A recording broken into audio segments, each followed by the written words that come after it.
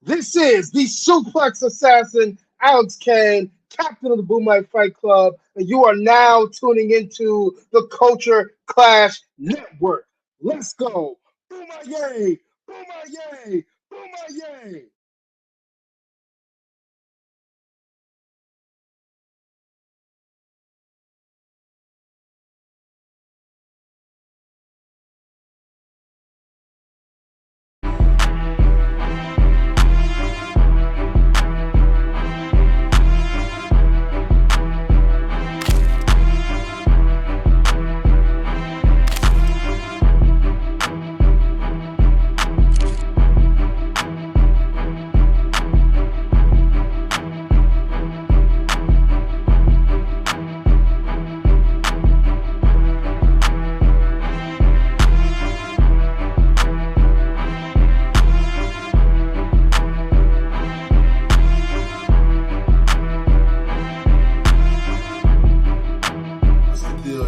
What's good? What up, though?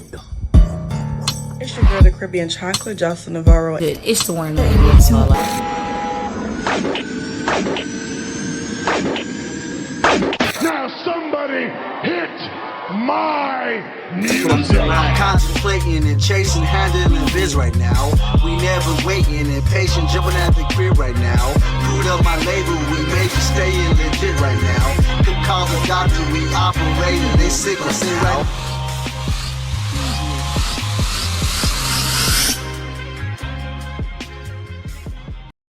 You already know it is by the sound of my voice. It's right, your boy, Mr. 6'9", JT, back in his piece once again. And of course, I couldn't do anything at all without the co-host, Dallas Cash. What's going on? Yo, it's Cash, the Stampede, the Aquamarine Weapon. Welcome to the Marshall Mike's podcast, only on Culture Clash Network. That's right. And like I told y'all before, we couldn't do it any more bigger than we getting ready to do it right now. I'm talking about the most talented brother that I've seen in the last 5 to 10 years out here on the scene, doing what he's doing. I want to say he had one of the longest reigns as the MLW heavyweight champion. If you don't know what I'm talking about the captain of the Bomaye Fight Club, Mr. Alex Kane himself. What's going on? I'm good. It wasn't one of the longest reigns. It's actually one of the mid short or whatever. But it was one of the most impactful reigns, one of the most memorable reigns. I will say that. Definitely will say that too, man. First and foremost, brother, how you doing? What's going on with you? I'm good. I'm living good. I got a protein shake in me, so I'm feeling better. I feel it, man. Got to get the protein in. Got to get those carbs. Well, not too many carbs. You want to stay away from those unless you, of course, building muscle. But with that being said, man, welcome to the Culture Clash Network. Welcome to Marshall Mike's podcast. And we're going to do this thing off right. So before we even get started, let people know, first of all, where you hail from, where you coming from. Oh yeah, I was. I'm from Atlanta, Georgia. I mean, there's a lot more that goes into that, but that's the easiest thing to say. Is I'm from Atlanta, Georgia. Used to hail myself from Suplex Island, but kind of put the brakes on that. I feel that. Go ahead, Dallas Cash, rapid fire. What you got for him? Bang, bang. Yo, so Alex, welcome to the Marshall Mike's podcast. I am there. It's my dubious honor to be in your presence, so I want to thank you for that. So I've been following you for a long time, and what I wanted to point out was this year PWI did the PWI 500, and I remember the last time they had you ranked at number 34. So for this year, you're ranked at number 25. So that means you are top 25 of the elite, of the best of the best. My question to you is, knowing this, and you know lists are subjective and whatnot, how does that affect your mind state to know that through this promotion, through MLW, and you're up there with the greats right now? How does that make you feel? It's really, really dope. It's really, really awesome. It's weird anytime the list comes out, I always tell myself, "You're not going to be on the list. Don't worry about it." But whoever is on the list, give them their props. But every year, I'm surprised, where I'm at. And just when I saw 25, I was like, "Yo, that's crazy!" Like, I've been I guess in the spotlight for about 3 or 4 years, and I've done a lot of great things. And for that to be recognized the way it's been recognized is really, really dope. Yeah, I'm thankful. I mean, moving up from 34 to 25 is a huge Look, step I went up. from the biggest step was 414 to 86, then 86 to 34, then 34 to 25. So I've been making sizable jumps this entire time. Well, look at the talent that you have. Like leaps and bounds, man. Look at the talent. Look what you've been doing. It's nothing short of amazing. Nothing short of amazing. That part, bro. Next thing on my agenda, Alex, I gotta ask you real quick, brother. Where do you get your inspiration from? Oh, for the Bomaye Fight Club, it originally started with Court Bauer having me watch Muhammad Ali, this Muhammad Ali documentary. I can't remember what I guess it was just called Muhammad Ali, but it was essentially like a rise and fall kind of deal. And when I got to, I think it might have been like the third part of it, which was the Rumble in the Jungle, and the Republic of Congo chanting Ali, Bomaye, Ali finished him, Ali killed him. And at the time when I was watching this, we were trying to figure out, where to go after me leaving American Top Team, because that just kind of dissolved, and I needed my own thing. So we came up with we stumbled upon, not really stumbled upon, but we were like Bomaye or whatever, and I was like, this could be cool. This could work out. So the inspiration came from Muhammad Ali, and then also just diving into some of the figures like Fred Hampton, Huey P. Newton, the Black Panthers, and several other Black revolutionaries that have existed throughout time, and that's where I draw inspiration from, and then also watching Beast of No Nation. There's also some information to grab from there. That's where I got the idea for the beret and the glasses and the whole getup that I have. So those are my inspirations. And then just who I am in life. I am for the people. I want to see the people thrive. I want to see the people, get their just due. I want to see the people, be amazing. Definitely, most definitely. So beautiful. And, with you, I understand that you have an amateur collegiate wrestling background along with MMA. But I know you've said this before, you are what they call a power technician. So being a power technician and having that background, what do you think separates you from the rest of the world with your wrestling style? I always say this, everybody throws suplexes, and I'm the suplex assassin. So just on that alone, I've had several people tell me that they've seen several big guys throw people, this, that, and the third. But there's something different about an Alex Kane suplex. And that in itself has kind of set me apart from everybody else. And then it's also, I think my psychology, the way that I go about my business, the fact that I'm not doing a million different things, the fact that I've been able to get over something so simple, yet so effective, it also sets me apart from everybody else. I think the charisma. I think just everything that I bring to the table sets me apart from everybody else. There's never been anybody. There's never been. I'm gonna put myself over. There's never been anybody like Alex Kane in professional wrestling.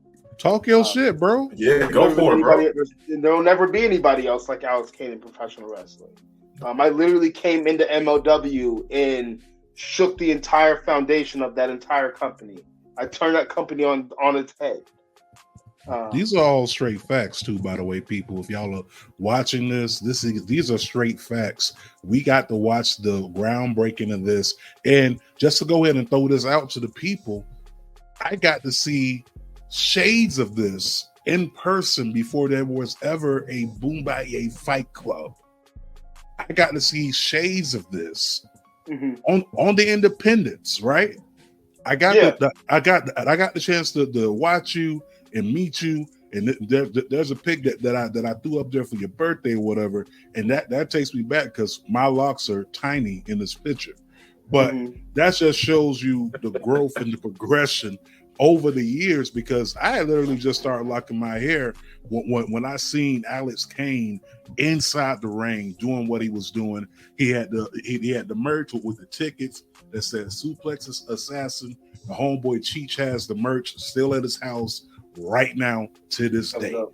And when I tell you, seeing your growth and progression, what you said, you put MLW on his head, that's not by far anything to put inside of a promo just to be talking. Oh, these are facts, people. These are the actual factuals. There was no other character like Alex Kane on MLW's platform until Alex Kane showed up. There was no MLW heavyweight champion like Alex Kane until Alex Kane showed up, putting on blockbuster matches. Speaking about those blockbuster matches and the people that you got the chance to work with, I got a picture here, and tell me about this moment. Oh man, I was literally like, you really just did that. You really just did that. Like you're in. I'm getting goosebumps, but like you're in the history books. No one can ever take this from you, ever in your life. You're a recognized Black World Heavyweight Champion. Like that's special. It was, and I got it done in 3 years. Yeah, that was probably one of the coolest moments. I'm mad that's the picture that they snapped, that was the expression on my face. Like, damn, I really just did that. Holy crap. I was tired though. Hey, if a picture said 1,000 words, that was all that needed to be said. Shoot on the Dallas, what you got? Well, a picture can say 1,000 words or 1,000 suplexes. It's really up to the captain of the Bomaye Fight Club. So, I'm a nerd, as you can see. I had the aquamarine weapon right here for my title because I love video games. I know that you played video games in the past, and when I look at your wrestling style, you remind me of a created video game character. Like if I were to create a character, it would be like Alex Kane. Mini suplexes, just dropping people on their heads. So I got to ask you this, as a wrestling fan, as a gamer, if I took Alex Kane and dropped him in the video game world, what video game characters would you like to suplex? Ooh. Man. I'm sorry. I know you ain't been hit with this question before. Yo, drop me in Super Smash Bros. No. Drop me in Super Smash Bros. Right there, and like all of my attacks are just like grab and suplex. I got the poster up right here. Yes, that would be sick as.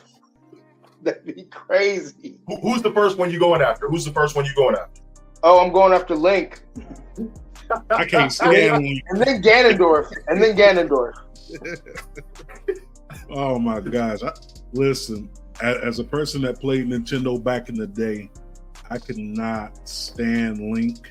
I could not stand the whole Zelda series. I hated Toon Link.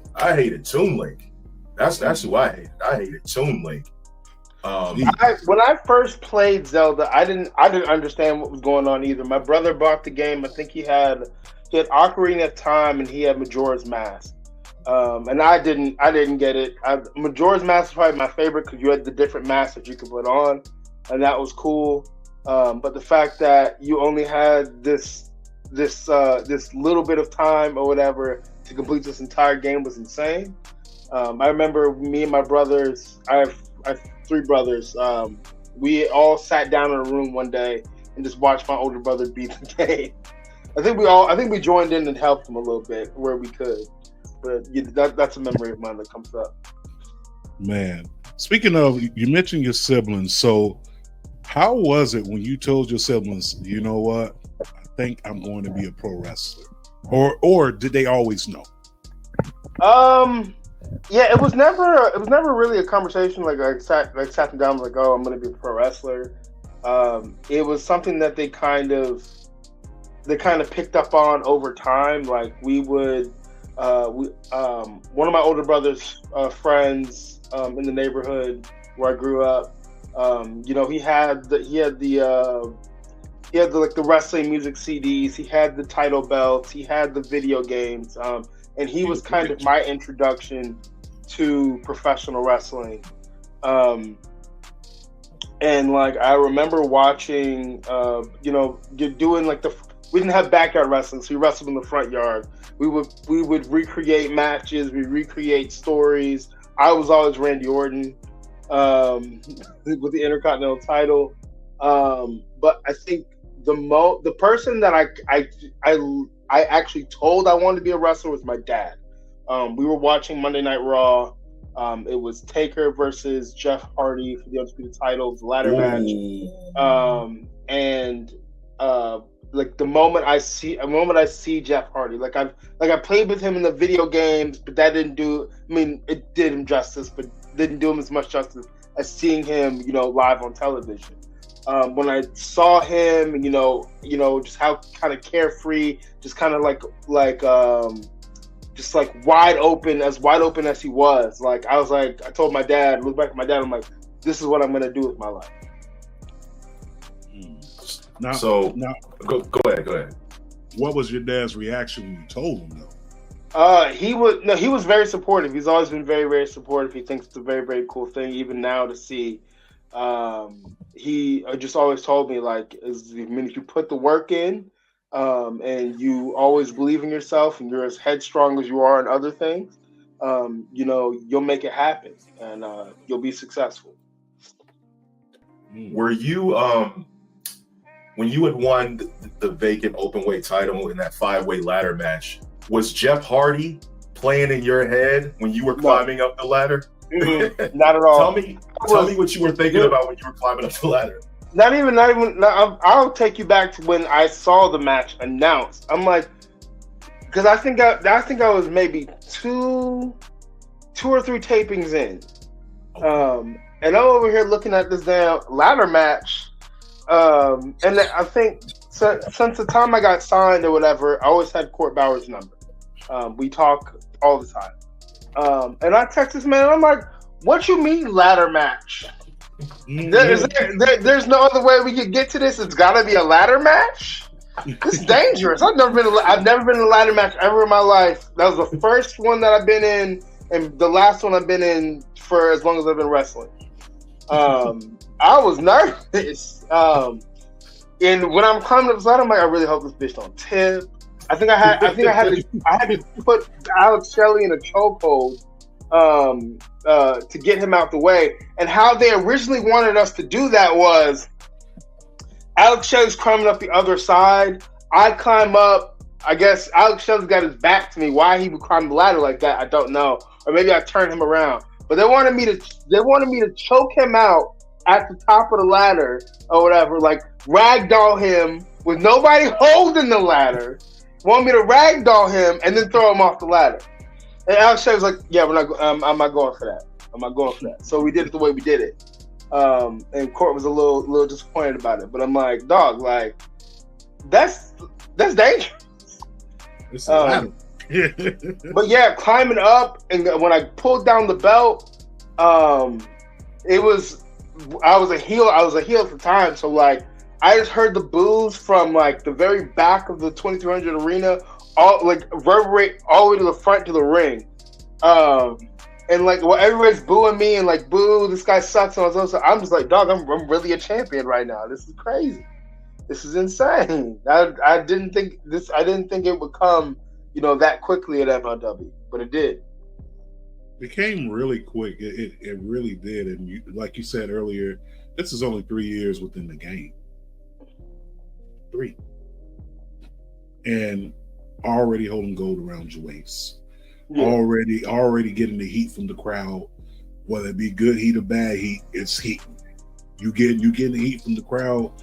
You're basically making the emotional connection, which for some wrestlers, unfortunately, that takes more time than you have been actually doing this.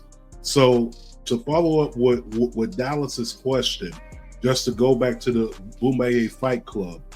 Tell me about some of the people that you got to work with inside the Bomaye Fight Club, because I definitely know a few of them that's been in there as extras or what have you. But how was that camaraderie between you all? As far for the longest standing member is Mr. Thomas. And the night I won the national openweight title is the first night that we'd ever been on screen together. I think the first time I ever actually said 2 words to him. And since day one, he's always been in my corner, keeping my head on straight and shit like that. For a brief stint, we had Myron Reed in there. Myron Reed's one of my boys. He's one of my guys. I remember, I think it was the year that I kind of broke out. It was like on the tail end coming out of the pandemic. It was like WrestleMania weekend. And we were both at the venue where they were doing the death matches and stuff like that. And he essentially told me keep going like you're going or whatever. And you're gonna be one of the ones. And this is before I was signed to MLW. So he's always been speaking life into me. He's always been, a fan of mine. I'm a fan of his as well. And then, that didn't work out. Then we got, Jay Bougie and O'Shea Edwards in there for some time. And Bougie was really, really cool. Really, really cool. Or is really, really cool. He showed up. I think the first time he ever went to MLW show, he did press stuff. And then I got him to, come out and be an extra. And I really enjoy his work. So he was hungry for an opportunity, and I was going to go to bat for him. So that's what I did. And I tried until he finally got his opportunity. Same thing with O'Shea Edwards. I think that man is the total package of a professional wrestler. He's one of my best friends and one of my greatest mentors. He reminds me of my twin brother. That's probably the biggest thing. But though those stints didn't last as long as I wanted them to last, I'm glad that they got the opportunity. If things were different, they'd still be here.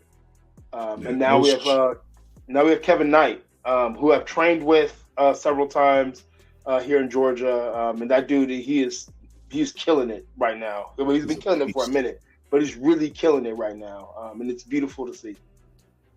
Yeah, O'Shea, definitely one of the most genuine dudes I've had a chance to meet, interview. O'Shea is literally one of those guys who I can see any company, anyone's champion. Right now, I think he has about 4 or 5 belts right now. Yeah. One of them being the Ohio Wrestling Alliance Heavyweight Championship. O'Shea is definitely a gem, but you also got the chance to work with Faye Jackson. Yeah, Faye, Shug D, Jordan Blade, Don King, which that's actually still a blur to me. That's crazy. That was what he kind of came in during the title reign. He was there for the whole title reign, and then after I lose the title, he just kind of disappears. Fades off into darkness. Fades to black, really. Did it to Tyson. You're right. You're right. He tried to do it to Ali. He tried to get in there. So when we talk about like our backstory, I am very inspired by your backstory. And looking where you are now, I got to ask this. If you were to look in the camera, and right now, if you look in the camera, you're looking at a younger Alex, you're looking at little Alex, and you get to say some words of advice or inspiration to help little Alex guide himself to where he's going to eventually be, what would you say knowing what you know now?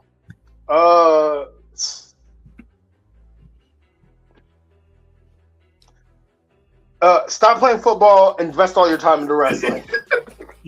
Stop playing football, invest all your time into wrestling. Take more risks, and just continue to be yourself. Don't let the kids bullying you and trying to make you feel bad for just being who you are. You have ADHD. We have ADHD. You didn't fully understand that then. You understand it better now. Just continue to be yourself. You are a special individual. And I don't know, I got to say this, man. MLW is a great wrestling company, but it's even greater because you are in it. And I appreciate that. You know what I'm saying? What you've done is you kind of like a lot of the people that you've wrestled are established. And now there's no greater example is Jacob Fatu right now because he's doing great things. And you guys had like a 50+ minute match, which I thought was just peak cinema. I thought was peak cinema. And I don't want to step over JT with this question because I know he has another one, but we talk about like people's Mount Rushmores and of indie wrestling, of just all-time wrestling. I know you probably got AR Fox up there because I do as far as indie wrestling goes. I feel like AR Fox is completely underrated, completely doesn't get the credit that he deserves. But who's on Alex Kane's Mount Rushmore of indie wrestlers? Indie wrestlers, AR Fox, Shug Dunkerton. I feel like he's underrated as well. Very. Definitely O'Shea Edwards. Calvin Tankman.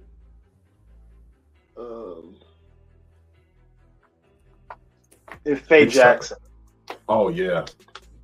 You can't forget about Mama Faye. Can't forget about Mama Faye. I love Faye for so many different reasons that we don't have time to talk about. Listen, Faye Jackson is a real one. She was one of my first set of interviews. And she literally came on the show as a graduation present to me from graduating from college. So much love to Faye. AR Fox, listen, I got hip to AR Fox, I want to say about 3 or 4 years ago. Yeah, three or 4 years ago, I got hip to him. And I seen him. I was like, yo, he looks just like my homeboy. So this before I even know who AR Fox was. I seen the picture and I texted to my boy. I'm like, hey, you been working out? He was like, man, that motherfucker look just like me. I'm like, yeah, you do. You need to go wrestle or something. But I'm happy to see all the things that he's been able to do, working there at AEW, things of that sort. My next question for you would be this. When Alex Kane is getting ready for a match, what is Alex Kane bumping inside those headphones? Lots of Polo Boy Nunu, lots of Young Dolph, lots of Key Glock, a little bit of Meg Thee Stallion, a little bit of Glorilla, a little bit of Big Lotto, a lot of Mona Leo, just a smorgasbord of black excellence. And then I listened to Shelton Benjamin's Gold Standard theme song at least twice before I actually go out to wrestle. It's a great theme. It's a great theme. Shelton Benjamin, huge inspiration, honestly, not only for just indie wrestlers or upcoming wrestlers, but just for Black wrestlers in general. And I'm starting to get the idea that eventually, when it's all said and done, Alex Kane is going to be an inspiration for many generations to come. So how do you humble yourself and get yourself in that mind state for the impact that you leave on professional wrestling? I don't, because humility is for hoes. No, talk your shit, Alex. Oh, let's go. No, for real. Man, I'm just doing me. I'm just doing me. I understand the gravity of that, and the weight of it as well. But like, I think as long as I continue to do wrestling the way that I've been doing it since I started, which is my way. I think when I won, I think it was either the night before or after I won the world title. Sean Dean was in like this thread or whatever, and they were kind of talking about me, and like he was at the school when I was coming up, and he said that which I had never thought about, but I was the dark horse of my class coming up, because like I wasn't following what everybody else was doing. I was doing it my way, because I felt like that was, I mean, it wasn't a conscious decision, like, oh, let me do it this way, different than everybody else, but like it just happened, it just happened to go like that. So like I've been everything that I've done in professional wrestling has been something that I wanted to do. Every character change, just like everything that has gone into who Alex Kane is what Alex Kane wanted to happen. And I think that's something that I kind of want to leave on the next several generations. It's like, you don't have to do it like everybody else says you have to do it. You don't have to talk like everybody else says you have to do it. You don't have to dress like that. You don't have to. You can do your own thing. You can set yourself apart. You can be different, and it still be cool, and everybody else still gets it. That is so true, man. A lot of people get into the whole, mentality of following the trend. Whatever's trendy, that's what's in. But I've always been the type, I don't like to be a part of the trend. You know what I'm saying? Because there's people that are called trendsetters. You know what I'm saying? And those people are the people that really stick out because they create a wave. And that's something that you have created in this little bit of time that you have been doing this. Like, I'm one of your biggest supporters, bro. Like, anything that Alex Kane is doing, I'm on top of it. Alex Kane is wrestling in Indiana. Okay, cool. I gotta see if there's a way that I can find a way to watch this match. If I can't go there personally, I have to see, how can I obtain the footage? How can I watch Alex Kane? How can I support him? And that's one of the things about being a trendsetter and being unique and being yourself. This is something that you have been from the jump since you came in the game. Like, I remember when I seen you, look, you were skinny, you didn't have all the weight and muscle on you. Now you got all the muscle. You know what I'm saying? Like, you are still generally that same hungry person that's realized his potential and has executed on it in this time. A lot of people realize their potential, or a lot of people see their potential, but they don't execute on it. And that's something that I can't say when it comes to Alex Kane. I can't say that. But to get to a question real quick. Oh, by the way, this is the homeboy I said it looked like AR. Oh, damn. That's very close. That's very close. That's my homeboy Churi. We actually started rapping together back in freshman year of high school, but it's neither here nor there. But Alex Kane, when it comes to movies, What is Alex Kane's favorite genre? I like rom-coms.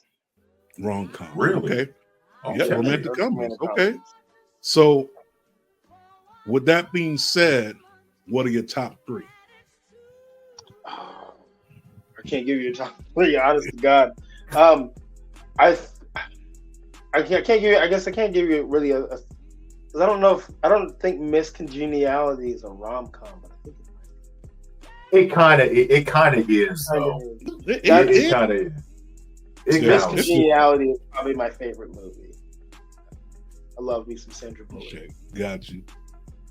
Man, Um, Sandra Bullock, for all y'all young folks out there, Sandra Bullock was the one, okay? That was top shelf milk back in my day. I'm not gonna hold you. Not going top shelf milk, all right? Big bowl. Big bowl, no cereal, just milk.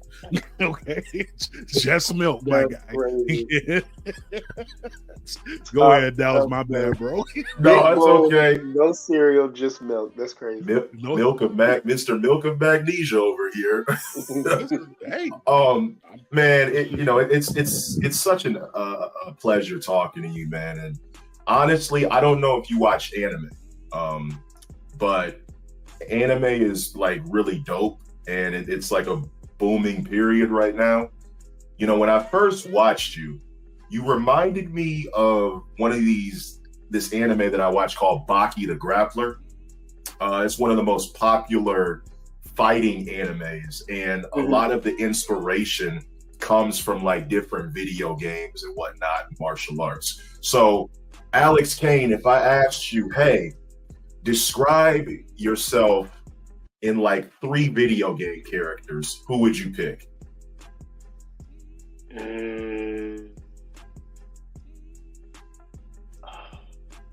Hold on. I love it. I love it. I love it.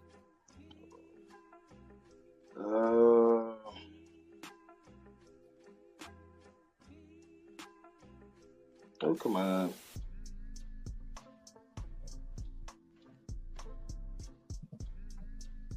No, give me the characters. What game is it from? Fighter's Destiny. Oh my God! On N64? Yeah, I think it was on 64. Yeah. Oh yeah, you taking it back? Oh my God! Character name. Because I'll say you. If I could say, like, it's like King from Tekken mixed with Sagat with a little bit of Kratos thrown in there. Those are all valid. Those are all valid. I'm trying to. I want to be. Damn. Hold on.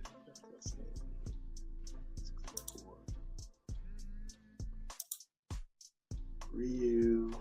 Tomahawk. Hold on. Is this the right one? No, I don't want that guy. Who was the fucking? Sorry, it's taking so long. No, it's okay. I that means that I asked a good question. It wasn't him. I think it was Dixon. Who's also, I think he's in Fighter's Destiny 2.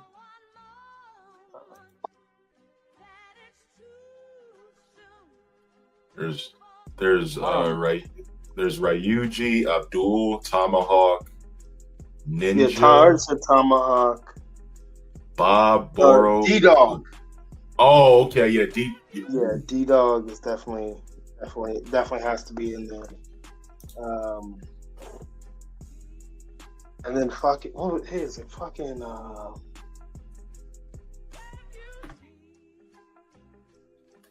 bad, JT. You good, bro?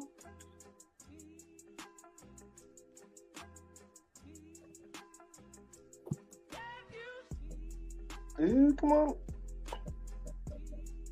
I only played the first one. I didn't get a chance to get to the second one. And King. And Tekken. Mortal Kombat? I mean, Tekken. I said Mortal Kombat. Somebody gonna virtually slap me for saying that too. Yeah, King from Mortal Kombat and Scorpion from Tekken. No wrong with that, man. I'm old, bro. I'm pushing 40. Don't do me like that. No, that's okay. Like I said, King is based on a Black old is 80. Right. That's when we really started to show that we age. Yeah, that's when you started to show it. Because somebody told me like I look like I was in my 20s. I'm like, nah, you lying, you bugging. I mean, I don't feel like somebody told me, because I just turned 31. Somebody said I look like I'm either 25 or 19. So, yep. And by the way, happy belated birthday! Thank you. I wish you happy birthday, of course, on Twitter. How did you celebrate your birthday? So the day before, me and my wife went to my favorite burger spot, or one of my favorite burger spots, Hop Daddy Burger. And then we went to Insomnia Cookie afterward. And I decided that was good enough. Some cookies and some milk, and spending time with my wife. Oh God, we love milk. We back on the milk subject. Listen, top shelf milk. I gotta understand, bro. Speaking of cookies, bro, we got a Insomnia cookie and crumble cookie. Black folks have not been feeling crumble cookie online for some reason. And myself personally, I've had both. I'm not sure where everybody going, where they getting all these bad dry cookies from. But I will say that some of your cookies just hit just a little bit more better than the crumble. Crumble may have more different varieties, but it's some of your cookies where it's at. Real talk. I think so as well. I think Crumble's issue is, I don't know if it's intentional or maybe it's the shops that these people go to, but the cookies don't seem baked, like fully baked. They seem a little raw. And like sometimes raw cookie dough is great, but when it's like, when the cookie's like very doughy, it's not a good look. Nope, can't do it. Because people on TikTok were like, oh yeah, they're not reposting any black creators. I'm like, of course they're not reposting any black creators. These reviews are hilarious, but terrible for their business. Very terrible for their business. No. And like, their cookies be looking so good, but it's just like, y'all doing too much. That's what's wrong. Y'all doing too much. And they're expensive. Expensive as hell, bro. I just take my 4-year-old, as a little gift. All right, come on, Daddy, take you go get some cookies.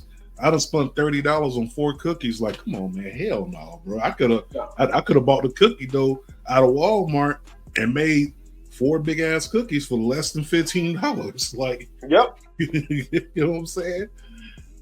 Go ahead, Alex. I really hope Alex likes me, because I'm asking the difficult questions, and I have another one. Oh, we're gonna play One Gotta Go. So here's a One Gotta Go for Alex Kane. Okay, King Mo, AR Fox, O'Shea Edwards. Damn, bro, what you doing? Court Bauer. King Mo. Okay, that was easy. That was easy. Okay, one gotta go. Since you want to pop on that tip, we're gonna do one gotta go. Thanksgiving coming up. Okay. One gotta go. All right. Collard greens, macaroni and cheese, yams, or dressing. One gotta go. Can't be on your plate. Yeah. Oh Lord. Oh. It's okay. I get it. Hold on. I get it. You still got sweet potato pie. Yeah, got sweet potato pie. Okay. All right. Okay. We can slide on that. What you Okay, got? okay. One gotta go. One gotta go. They was gonna take my black card. Revoke real quick. Yeet. I'm gonna pick a couple of things that you've talked about. So one gotta go. Pick one to never exist. Miscongeniality. Okay. The mark of Cain. Your finishing move. I'm not playing fair. I'm not playing You're not playing fair at all, my guy. Insomnia cookies, or the very first thought that crept in your mind when you beat Hammerstone. Miscongeniality. Without hesitation. So long, top shelf milk, Sandra Bullock. Hey, Top Shelf Milk Sandra Bullock will still exist. The movie. Okay. All right. Cool. Speaking of, man, I guess I'll do the last one. Gotta go, and then we can get to an actual real question. So, one gotta go, and I'm gonna do this with comedians. Oh, particularly black comedians. Because Bomaye is for the people.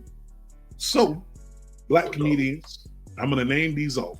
And I'm going to name off some controversial comedians. Cat Williams, Dave Chappelle. We can go ahead and throw the boy Chris Rock up there. And you know what? Why not? Let's throw up the homie Marlon Wayans. Out of those four comedians, one has to go. Ladies and gentlemen, this has been the Marshall Fights Podcast, Clash Network. I was Dave Chappelle. Oh Lord, hey, we're both in Ohio, so like Dave is the goat to us. Okay. Let me make a distinction here. Okay. Dave Chappelle, recent Dave Chappelle can go. Dave Chappelle show, Dave Chappelle, he can stay. But now, 2020, what was it, 2021, Dave Chappelle, he can go somewhere. He can go. So muscle Dave can go. Gotcha. Yeah, Swole Dave can get the fuck on. Swole Dave can get the fuck on. I see Cat Williams won't go nowhere, period. I mean, no. Cat Williams pretty much predicted 2024. He said it was just. Yeah, he predicted 2024 down to a needle. Everything that's going on, Cat Williams spilled it out. Speaking of Cat Williams, we just had recently Cat Williams type interview with one AJ Francis. Now, this match, I'm not gonna hold you. The build up for this match, y'all two going back and forth in the promo exchange, was probably some of the best shit that I've seen. And even at one point, I hopped on Twitter. I'm like, come on, brother, not right now. It's Black History Month. Come on, my brother. It's like, so how was it like working with AJ Francis? It was cool. I enjoyed it. I've even told him this. I wish. I mean, the very first promo that I cut on him, or whatever, when he erupted the little segment that I was having after losing the belt, like it gave. I don't know what the feud would have been if the promo was different, but I wish I would have left out, the top rope, the dive stuff, and yeah, that's probably one of the things I wish I would have left out. I wish I would have went with something else. Mm-hmm. I think about that a lot, but I thoroughly enjoyed the entire story that we told. Yeah, because he was coming to take over the Bomaye Fight Club and everything, And I definitely enjoyed the storytelling, man. Even down to the in ring, like, and AJ was on here and he was saying like even for that match, Alex Kane let me put together some of the match as well. And I said, you know what? When Alex gets here, I'm going to ask him. So when it comes to putting together that match, how did y'all bounce ideas off each other? There was a little bit of butting heads, a little bit, because like, yeah, I wanted to at least get a suplex in. I think I ended up getting like 3, and like the general rule of thumb is like you don't bump the big guy that much. But like, though I am much shorter than he is, I'm also a wide individual. So me suplexing him is gonna make sense. And then also I'm a suplex assassin. Like it's gotta happen. So there was a little bit of butting heads there because I think there was like some miscommunication going on. Like I wasn't trying to like bump him 1,000 times because that would be stupid. But like I wanted to have my moments.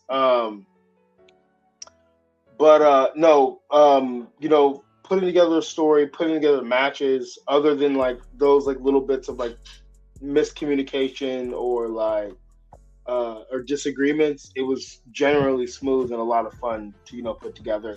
The matches were very, very easy to remember, and like the easier things are to remember, the better you are going to be when it comes to executing. I would do it again. Man, I want to see this again, and I don't listen. I'm gonna put this out in the universe. The next time I want to see this match, a championship's going to be on the line. That's what I wanted originally. I think that's what the world wanted originally, to be honest. Because, like I said, your title reign definitely inspirational. The second black heavyweight champion in MLW history. One being Swerve.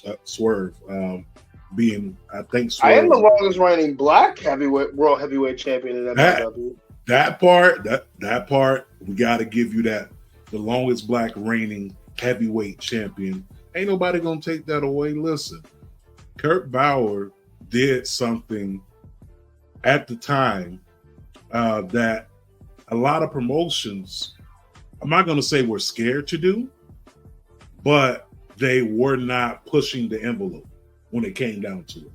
You know what I'm saying? Because presenting a black champion is, in itself, it's hard to do, especially not being a black male. You get what I'm saying? Because there's things as black people that we only know what we know because we live it, we've been through it, we can express it better. So it's hard to write for a black character, but even more a black champion. How do I present this champion? How do I present him without making him look less than what he is? You get what I'm saying? And I think, honestly, MLW did a pretty damn good job. They did a damn good job. A damn good job, because after seeing your run, we magically started seeing more black champions, more black heavyweight champions, and imitation is the best form of flattery, right? No one's been able to do what you have done in MLW. So hats off to you, all of that, bro, because when I tell you what you put on that screen will be replayed for ages. And I'm not just saying that because you're here. I would tell you that outside of this show, online, and other people abroad. If I didn't know you, tell me on Twitter. Don't play with me. I'll put that out right. I will put that out as soon as we get done. Do that. Let these motherfuckers know. Okay. We will both be doing that. And another thing, when we go back to that match, right? On one side you had Teddy Long, and on another side you had Mark Henry, 2 Hall of Famers. You're performing in front of them. They're celebrating. They're celebrating with you. Was there any bit of advice that either of them gave to you before or after the match? Not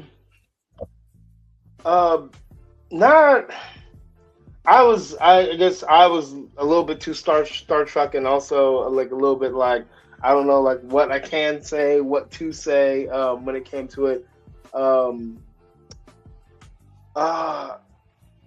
So no, I mean, Mark wanted me to take the sitting in the throne, winning, getting back the crown of Bomaye, take that and run with being the king of Bomaye, but that's not where creative wanted to go. So that kind of fell to the wayside. Because he was like talking about like how like there's been like several black kings in wrestling, and when it comes to my reign as king, it's not going to be any different, but it's going to take it to that next level.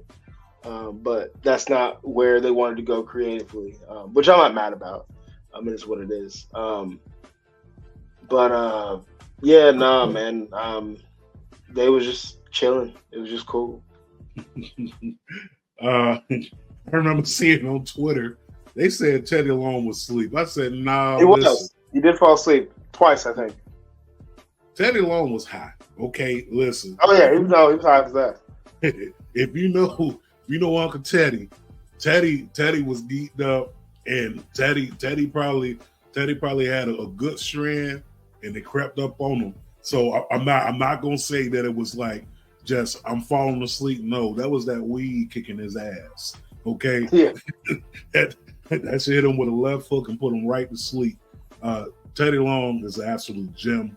Mark Henry, absolute gem. Yeah. These are pillars, if you would say, inside the black wrestling community for their own attributes and things of that sort. So when you look at having that type of star power surrounding you and being around you that day, in retrospect, can you see yourself in that very same position, let's say 10 years later, 20 years later, or 30 years later, however long your career spans? I hope so. I've always said to myself, not really out loud, but like to myself, like I want to be one of the greatest black wrestlers to ever exist. No matter where I fall in that ranking, I want to be in that conversation. So I hope that when it's all said and done, like I'm able to be an elder within black wrestling for other black wrestlers, coming up. That would be amazing. Mm-hmm. What you got for me, Dallas? Like you got something on the brain. Hey, Dallas. No more of those questions that's making us think. No, like I said, I really like this Alex Kane character. I really like Alex Kane as a person. So you really got to think about the questions that you're asking somebody, because it has to be worth their time. I appreciate that. And I appreciate your time. So the questions have been great. I had no problem with thinking about things. No problem with thinking about things. So with that being said, gotta ask this question. Throughout your life, not just wrestling, throughout your life, what was the toughest decision that you had to make? That's a good one. I was actually going to ask that, Dallas, but you got it. Sorry.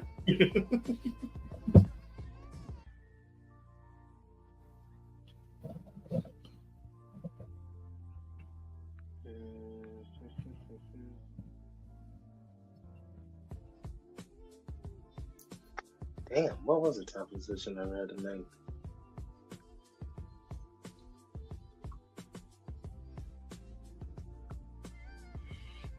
In my life? Tough decision in my life. Oh, damn, that is a great question. That is a great question.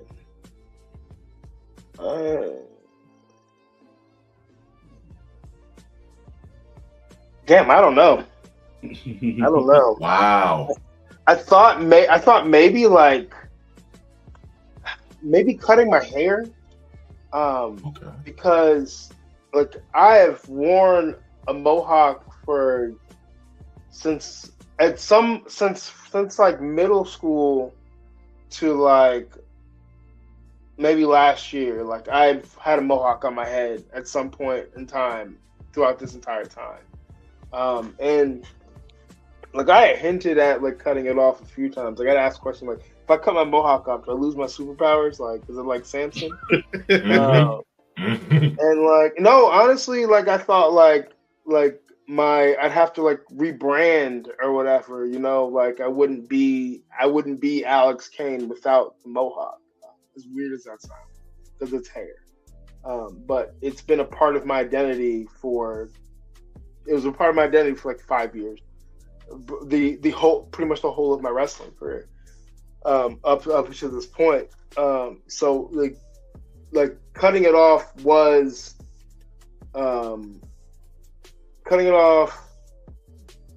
like it's character development, because like AJ in the story took me to, he took everything from me essentially. He took, you know, my baby away from me, which was the Bomaye Fight Club. And you know, having to resort to cutting off my hair, which I held dearly, to go to that next place mentally, to be able to go into battle with this man and, you know, take back my kingdom. So it was a tough decision, but it was definitely a decision that needed to be made. And you know what I mean? Outside of like having to like go around my hair and pick out my hair and shit like that, 'cause mohawk is easy. It's like pop, pop, pop, pop, pop, pop. Yeah. Yep. But I mean, I can't wait to grow it out even more. But it's definitely been a cool like little journey for me. You know, rediscovering like my style and stuff like that. As far as like, you know, fashion and stuff like that, it's been a lot of fun. Yeah, definitely, bro. Going for that 70s blaxploitation film vibe. Yeah. No, you definitely had that vibe going, bro. That picture you got it. Bro, that reminded me of the Jackson 5, bro. I was like, okay, he about to break down, do the robot and shit. But hats off to you for rocking the mohawk. I'm not gonna hold you. I rocked the mohawk all of one day. And the only reason why I stopped rocking the mohawk because everyone kept calling me Viscera. So everybody called me Viscera. No, high school it was Mr. T, which was cool. But when people started like, especially when I got signed to MLW, like they were like, "Baby Viscera," and I was like, "Dog, you know what? It's cool. It's cool. It's whatever. Baby Vis. I'll be Baby Vis." man, oh man, listen. If I can take y'all back, there's a picture somewhere online floating around with my mohawk. There's a picture where I shaved my head bald, and I just had my initials on the side of my head, kind of like Zeus from back in the day, right? So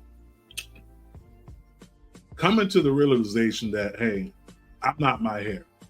I am Alex Kane with or without this mohawk. I'm still one of the baddest motherfuckers in the game. I can take you up top, no problem.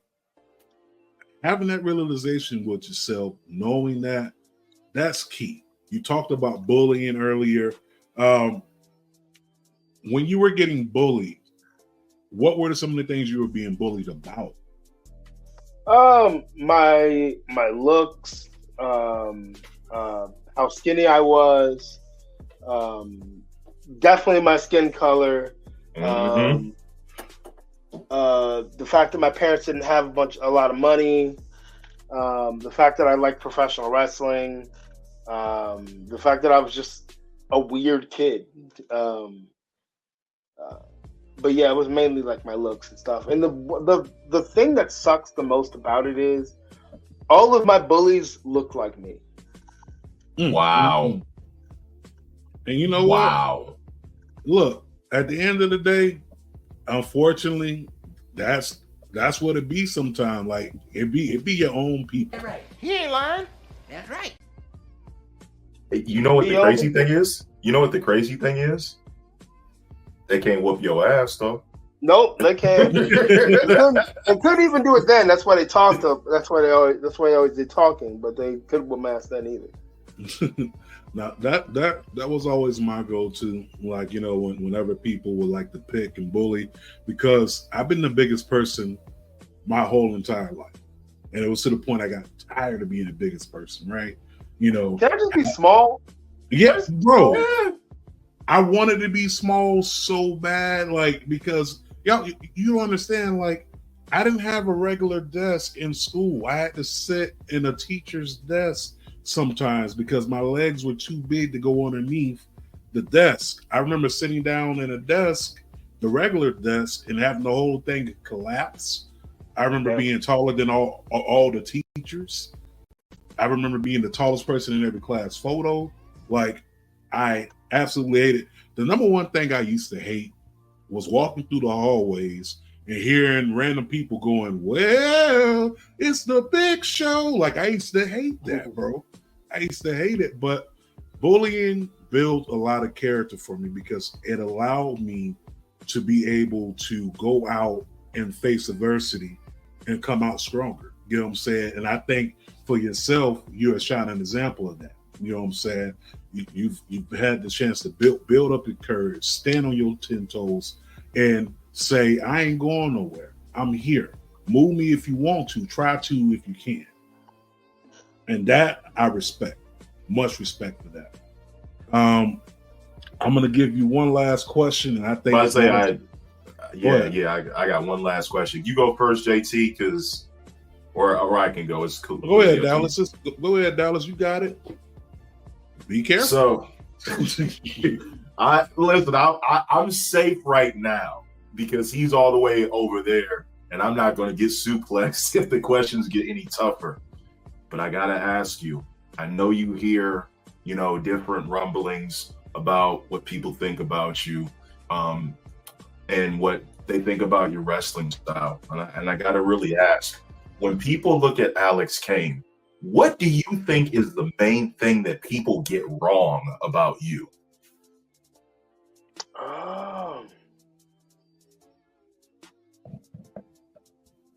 Like, get wrong about the character?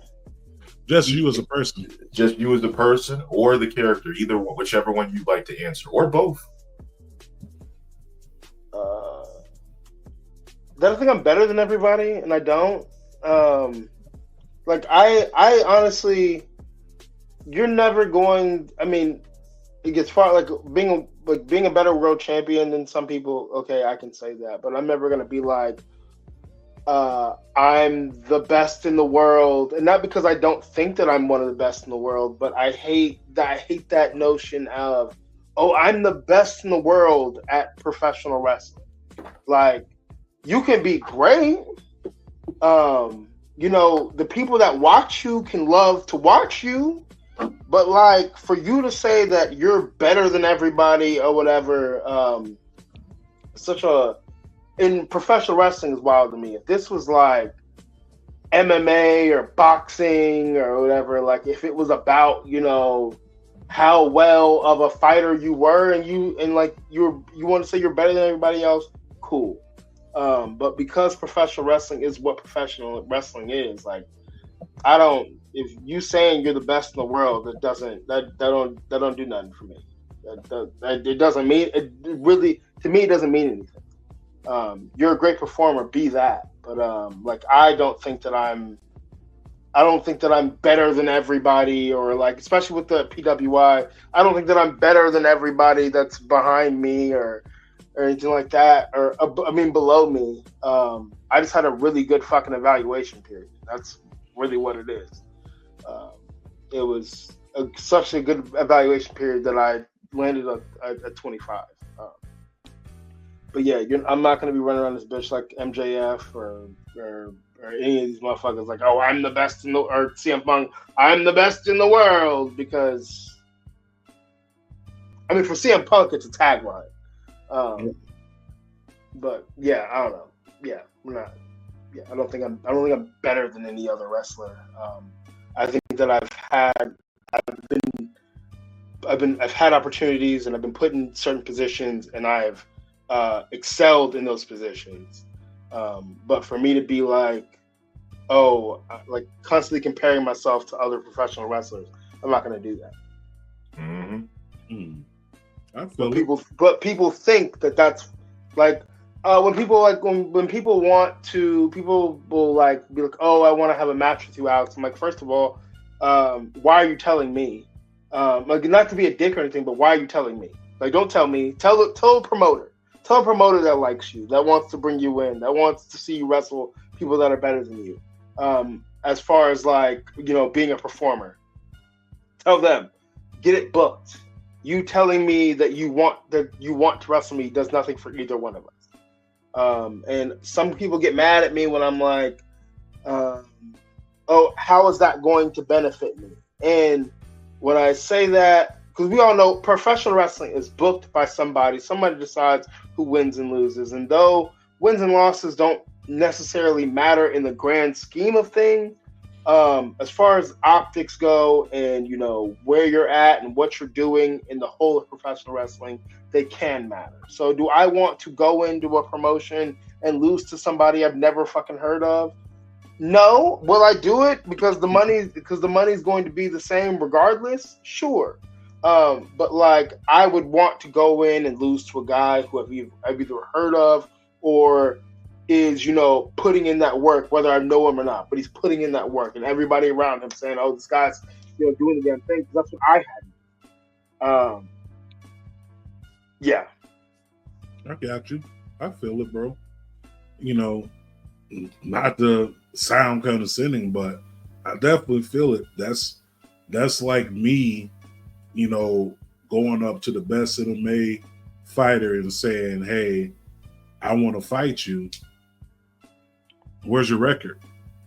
Where's your record? What have you done? Yeah. Why does anybody want to see this match? Yeah. You gotta create buzz. You gotta have something behind it other than just you being the marquee and then whoever this guy is who absolutely no one knows about. You know what I'm saying? And then to take the L, it's like, something ain't adding up. You know what I'm saying? So I definitely feel that in a sense. My last question for you would be this. If you can have a dream opponent, whatever era it may be, alive, dead, who would it be? My dream opponent for now has always been Shelton Benjamin. I don't know. Honestly, I mean, it seemed like it was within reach at one point, and I don't know. I don't necessarily know if it is or isn't. I don't even know if he has it. I mean, I know he knows who I am, because we've talked before. But like, I don't know if there's any interest there. But that's my dream match, and I hope that one day it happens. And I'd be honored. Yeah, that's a match I can't wait to see. I remember when we were at Wale Mania in Philly, and they were honoring Shelton Benjamin and things of that sort, man. And by the way, bro, you was sharp that night too. Thank you. My boy was crispy walking through the crowd and everything. But that's a match that I think the people want to see. Our people want to see. The world needs to see. So for whoever has the right connections, Kurt Bauer, if you can make it happen, please make it happen. I'd rather see this happen inside an MLW ring anyways. Let's just go ahead and throw that out there. But if we can get that to happen, make it happen. Before we wrap up, bro, go ahead and plug anything that you got coming up, any shout outs. It's your time. I will be at Assault Wrestling Alliance this Saturday in the DMV area. It's looking like a triple threat, but it might end up being a singles match. So that should be fun. So come out and watch me. MLW November 9th, Lucha Apocalypto, Chicago, Cicero Stadium. It was lit last time. It'll be lit this time. Follow me on Twitter, Instagram. Twitter is Alex_Kane11. TikTok is Alex_Kane11. Instagram is the Suplex Assassin. Buy my merch on MLWshop.com, Brainbuster Tees, and For Your Wear. For Your Wear is black owned, so you help a black wrestler in a black owned business. And just remember that Bomaye is for the people. And don't be a hoe. And don't be. I'm sorry. I know I said it was like, where did you come up with the melanin deficient hoe from? Dog, because I was thinking about it. I think it was like the few days leading up to that match, because we were feuding with WTF, and all these dudes. You know, they're a bunch of white dudes who get super tanned out and shit like that. And like they're melanin deficient, and they're trying to, overcompensate with the spray tans. So it was just on my mind. So when Matt Cardona came out on stage with MSL, it was just like, I have to say this. I don't care if it becomes a moment or not. I have to say this, and I'm just like, what you want, you melanin deficient hoe? And I remember watching it back, and Matt Stryker's on commentary, and he was just like, "Oh, okay, all right," laughing. And the reaction on Twitter was funny as well. Hilarious. But for it to still have legs now is always funny. Man, I remember when it went viral on Twitter, bro. I was in tears. Two ways I was in tears. I was laughing so hard, and I was also thinking about melanin deficient hoe has to be one of the hardest things that you can say to somebody. That's a sick burn. They really can't reply. They can't reply because it's factual. It's not even really a diss. I mean, the whole part's a diss, but the melanin deficient part, it's a fact. We're melanin deficient. I love when white people, white wrestling fans, they're always like, I'm melanin deficient, and they'll say whatever they want. Say what they're gonna say.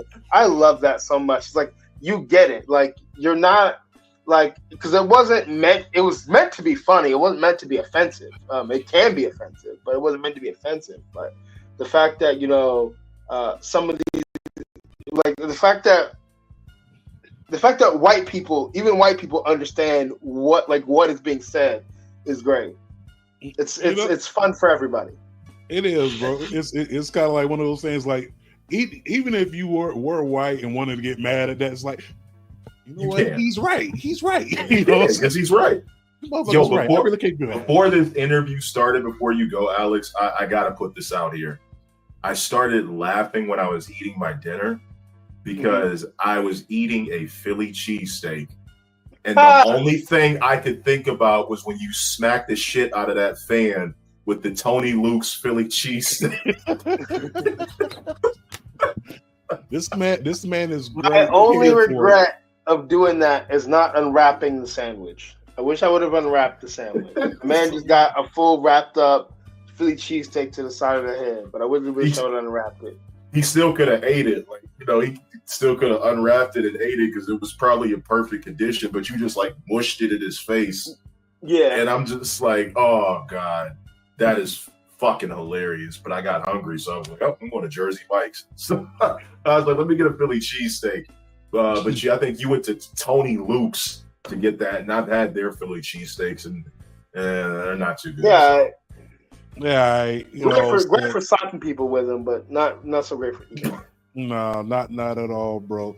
The way you smash them in the face remind me on Malcolm X when he smashed that ham sandwich inside a dude's face on the train. Well, at least in his mind, that's what he did. But man, Alex, bro, it's been a pleasure. It's been an honor having you on, man. This is something I've been wanting to do since I met you. I'm glad that you came here to the congregation, but we're gonna go ahead and close things out how we usually close them out. And for the people that's been watching for a while, I gotta go ahead and leave y'all with something inspirational. Excuse me. I want to thank y'all for tuning in, watching, as we conduct this interview with the one, Alex Kane, the suplex assassin. Okay, Captain of the Bomaye Fight Club. Did you stall out there, Mr. 6'9"? I guess so. So I guess I'm coming back. Hold on. I'm back. I got you. Too much negativity can have you unbalanced mentally, physically, emotionally, and spiritually. Okay? Spread more positive vibes. It takes very little to build someone up than it does to tear them down. Think about the logic inside that message. It can be as easy as giving a compliment, doing a good gesture for somebody, opening up the door, or you can do this real quick for the time being. And I really do mean for the time being before I pull this merch off their merch store. Yes, I did say that. You can go to whatamaneuver.net and get this positive vibes only apparel. Okay. You don't got to do it for you. Get it for somebody who may be going through something. Maybe them looking at that message on that t-shirt, that tank top, that hoodie, that baby onesie, or that sweater can be positive affirmation that life can go on and it's not as bad as it seems. Okay, maybe for the first time in a long time, you was able to go to the drive-thru at Burger King and they actually gave you the onion rings that you ordered instead of those funky ass fries. Or maybe for the first time in a long time, you was able to pull up to a Popeyes and they had all the sides available. Or maybe for the first time in a long time, you realize that you just may be a melanin deficient hoe. Whatever it may be, spread positive vibes. And as I always say when I close this show, it ain't tricking if you got it, but if you do got it, is it really tricking? Think about that. On that note, we love y'all. Be safe. Make sure y'all follow Alex Kane at all of his platforms. Catch him on MLW. Catch him at your indies. Make sure you buy the merch. Make sure you go to MLW shop. And make sure you go to For Your Wear and grab that merch as well. All hearts and minds are clear as we say, amen. Rumble, young man, rumble.